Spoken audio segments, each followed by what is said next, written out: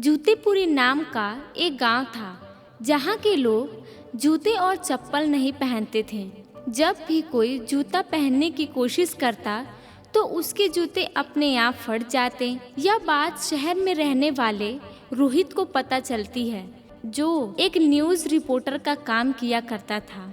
उस न्यूज़ के लिए रोहित जूतेपुरी गांव पहुंच जाता है। आज मैं जान कर रहूंगा कि क्या यह अफवाह सच है या बस एक अफवाह ही है। यहाँ की सारी बातें लिखकर न्यूज चैनल पर जाकर रिपोर्ट तैयार करूंगा। पहले मुझे यहाँ के गांव वालों से बात करनी पड़ेगी। जैसे ही रोहित गांव में कदम रखता है, उसके जूते फट जाते हैं। अरे यह कैसे फट गया? अचानक से उसी वक्त निशांत नाम का एक लड़का उसी रास्ते से पैरों का मलहम लेकर अपने घर जा रहा होता है और वह रोहित से कहता है, इस गांव में जूते और चप्पल कोई नहीं पहन सकता। भैया यह इस गांव का श्राप है। जो कोई भी इस गांव में आता है उसे बिना जूते का ही इस गांव में घूमना पड़ता है। तो मतलब यह अफवाह नहीं, सच है।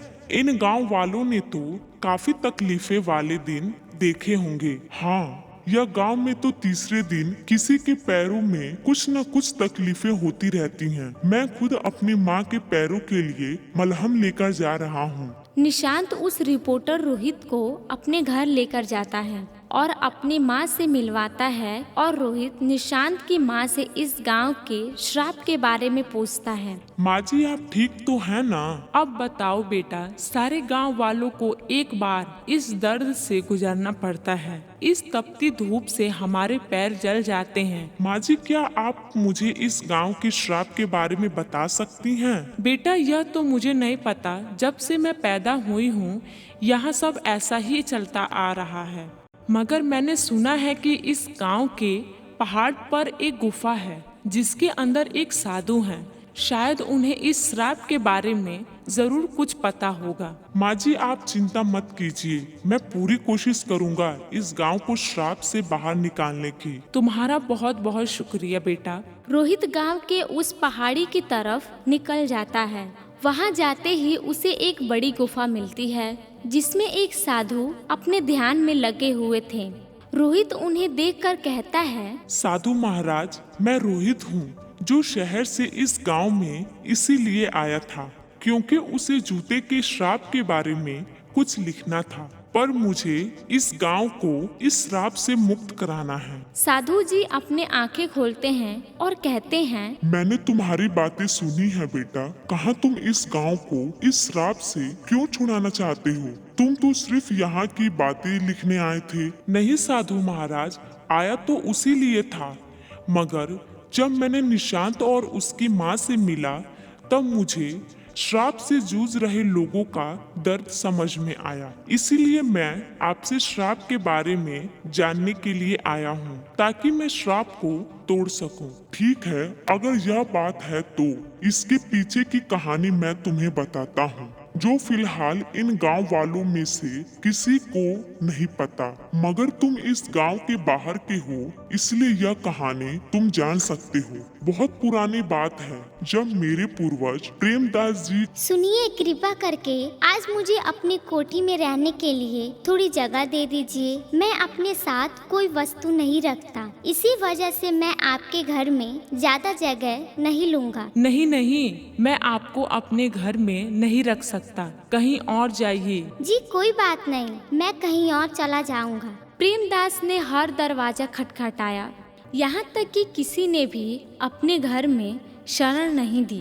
प्रेमदास जी फिर से एक बार गांव के लोगों के पास पहुँचे। जी कुछ खाने को मिल जाता बड़ी कृपा होती। नहीं नहीं, अगर हम लोग खाने देंगे तो आप लोग हर तीसरे दिन मेरे घर के पास आकर खाना मांगने लग जाएंगे। जी मैं एक यात्री हूँ जो एक गांव से दूसरे गांव जा रहा हूँ। मैं बस थोड़ी देर के लिए ही इस गांव में हूँ, इसीलिए मैं आपसे खाना मांग रहा था। कहा ना मैंने कि खाना नहीं मिलेगा। पता नहीं कहाँ कहाँ से चले आते हैं। प्रेमदास जी हर घर से खाना मांगते रहे, मगर किसी ने भी भोजन तक नहीं दिया। चलने के कारण उनके चप्पल पूरी तरह घिस चुके थे। मुझे विश्वास नहीं होता इस दुनिया में इतने बड़े और अच्छे लोग रहते हैं, मगर मैंने इस गांव में एक इंसान नहीं देखा जिसके अंदर इंसानियत हो। प्रेमदास जी बुरी तरह से थक चुके थे। ना खाने के लिए खाना था, ना पहनने के लिए चप्पल। उनके पैरों में बड़ी जलन हो रही थी। तभी उन्होंने एक पेड़ देखा। मैं तो बहुत थक गया हूँ, इस पेड़ के नीचे ही थोड़ा विश्राम कर लेता हूँ। जब प्रेमदास जी विश्राम करने उस पेड़ के नीचे बैठे, तभी गांव के कुछ लोग वहां आ गए और प्रेमदास से कहने लगे, देखो यह साधु अभी भी यही है, लोगों से भीख मांगता है और उसके पास तो चप्पल भी नहीं है। चलो चलो थोड़ा इसे परेशान करते हैं, इससे चप्पल दे देते हैं। वैसे भी इसके पास उसकी कमी है। साधु हम आपके लिए कुछ लाए हैं, अपनी आंखें खोलिए और देखिए।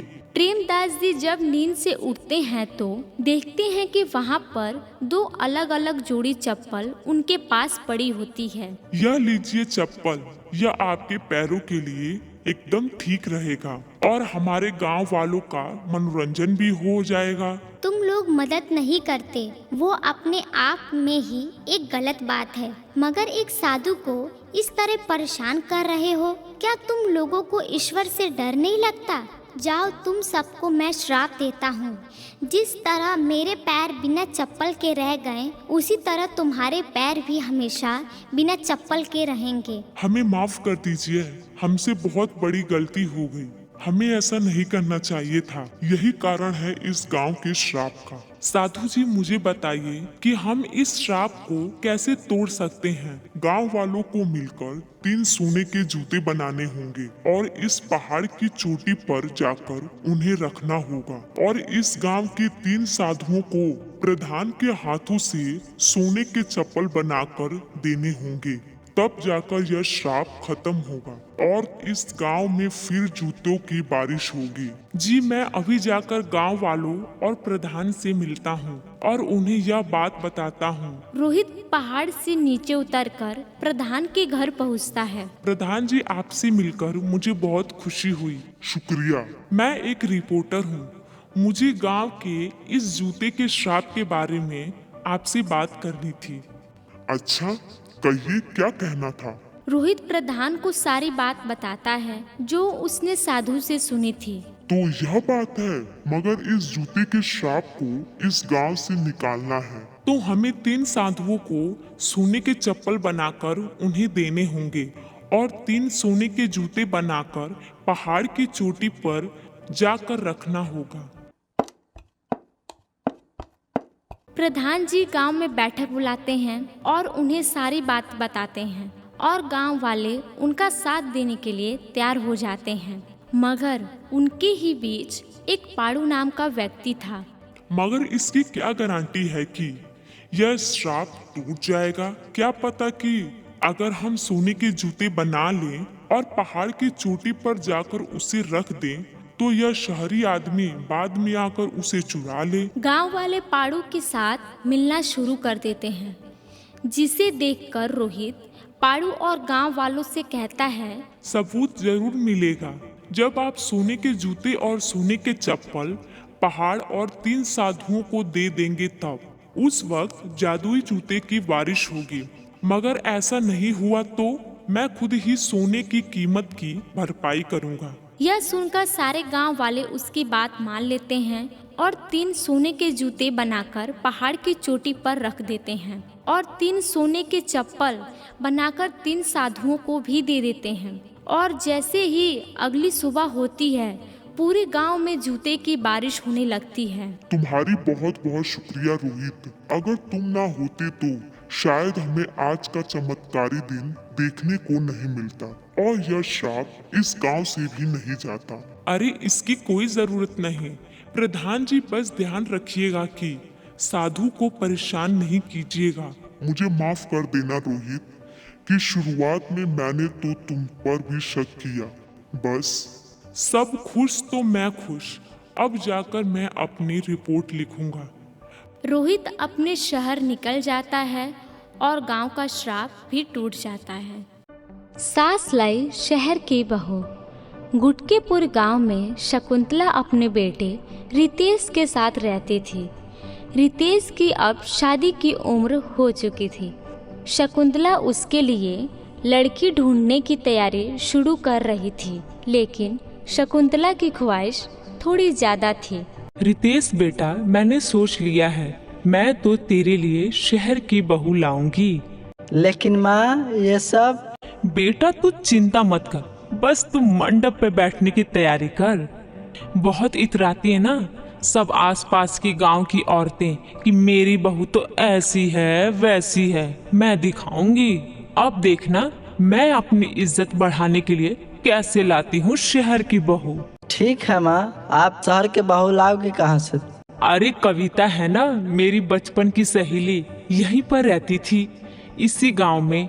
लेकिन जब वह 20 बरस की हो गई तब उसके पिताजी को बड़ी नौकरी का बुलावा आया और वह शहर चली गई। उसी की बेटी है मानवी, उसी के साथ तेरा ब्याह होगा। मैंने तो बात भी कर ली है और कल शगुन भी भेजूंगी।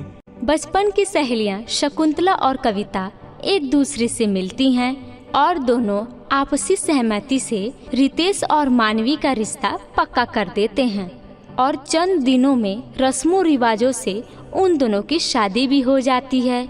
शादी की बात मुंह दिखाई के दिन गांव की सारी आस पड़ोसन की औरतें शकुंतला के घर इकट्ठा हो जाती हैं। चल बहू, अपना ये मुंह घूंघट से छुपा ले। छुपाऊं? लेकिन क्यों? मीन विन छोड़ बेटा, तू वैसा कर जैसा मैं कहती हूँ। अरे जब तू चेहरा नहीं छुपाएगी तो कैसे करेंगे मुंह दिखाई रस्म हैं? शकुंतला मानवी के साथ सभी के सामने आती है। सभी मानवी का चेहरा देखते हैं तो सारे आश्चर्यचकित हो जाते हैं। किसी की नजर ना लगे। अरे वाह वाह, कहाँ से ये बहू लाई हो शकुंतला बहन, एकदम कोहिनूर के जैसे। हाय, नजर ना लगे इस कोमल से चेहरे को। वाकई में तू बड़ी भाग्यशाली है शकुंतला, जो तेरे घर में एक शहर की बहू आई है। वही तो, रूप रंग चाल चलन कितना सुंदर है मानवी बहू का। पढ़ी लिखी भी है और इतना होनहार भी है। मैंने तुम सबसे कहा था ना कि मेरी बहू लाखों में एक होगी। मैं अपने वादे की पक्की हूँ। मानवी के आने से घर वालों की नजर में शकुंतला की और भी ज्यादा इज्जत बढ़ जाती है। रोज कई लोग उसकी तारीफ करते और बधाइयाँ देते, लेकिन शहर की बहू घर में आने से जो परेशानियाँ पैदा होने लगती है, अब शकुंतला और रितेश को उसकी सामना करना पड़ती है। मम्मी जी, ये क्या है यार? क्या है यार मतलब? मैं क्या तेरी यार हूँ? हैं? तमीज उमीज कुछ सिखाई नहीं क्या कविता ने? आई डोंट नो, मॉम को ही फोन करके पूछ लो ना। आई डोंट नो थिंक कि मुझे कोई तमीज नाम का सब्जेक्ट था। उफ़ो। अरे तमीज मतलब मैनर्स, वैल्यू। ओ अच्छा, ऐसे बात है क्या? खैर ये सब छोड़िए। देखिए ना, मुझे कुछ अच्छा नहीं लग रहा। एक तो ये डब्बा टीवी सेट कि इसमें दिन भर में 10 बार केबल जाती है, कि ऊपर से घड़े का पानी पी पी कर मेरा गला खराब हो जाएगा। देखो तो, मैंने एक बार सिलवट्टा यूज किया तो इसकी वजह से मेरे हाथों में कितना छाले आ गए हैं। ऊपर से मेरा स्किन सेंसिटिव है और ये गर्मी, उफ, ढंग के तो पंखे भी नहीं हैं। इनको तो लग रहा बूढ़े हो चुके हैं ये। और रोज कुएं से पानी निकाल निकाल के तो मैं तो थक गई हूँ। अब हम क्या करें, यही होता है गांव का जीवन। हाँ मानवी, और अब तुम्हें इसके अलावा क्या चाहिए? मैं जानता हूँ कि सब कुछ एडजस्टमेंट से भरा हुआ है, मुश्किल है, लेकिन इन सब चीजों के साथ आदत डाल लो ना। तभी मानवी गुस्से से चिल्ला पड़ती है। क्या? हरगिज नहीं, आप लोगों ने मुझे खरीद नहीं लिया है, समझे आप? देखो रितेश और मम्मी जी, आप भी, मुझे घर का रेनोवेशन करना है। इस पत्थर के घर को मुझे शीश महल बनाना है। मुझे फ्रिज चाहिए और केक बनाने के लिए ओवन चाहिए और इंटरटेनमेंट करने के लिए एक बड़ा सा टीवी चाहिए और एक एसी चाहिए। और जो बाहर एक तबेला है ना, उसे भी हटाना होगा। मानवी की मांगों को सुनकर शकुंतला और रितेश दोनों हैरान हो जाते हैं। अरे मानवी बहू, आज सुबह चाय की जगह कुछ और तो नहीं गटक लिया?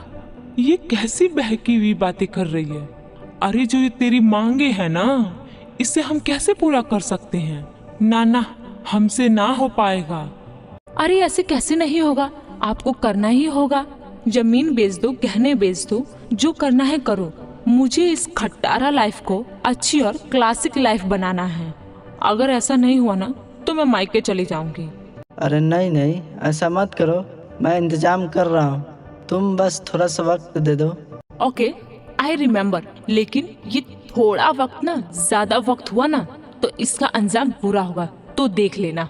मानवी भरे बाजार में बाजार करने जाती तो वो वेस्टर्न और छोटा कपड़े पहनते, जो उसको सभी लोग देखकर उसकी निंदा करते और उसकी बुराइयां करते। अरे शकुंतला, कैसी बहू है तुम्हारी? भरे बाजार में छोटे कपड़े पहन के घूमती रहती है। तुम्हारी नाक काटने का पूरा बंदोबस्त कर रखा है तुम्हारी शहर की लाई बहू ने। हमें तो लगा शहर की बहू है, होनहार, एकदम हटके होगी, लेकिन ये तो तुम्हारी इज्जत की नैया पार करने में तुली है। शकुंतला को इन सब बातों का काफी बुरा लगता है और वो गुस्से से मानवी को चिल्लाती है।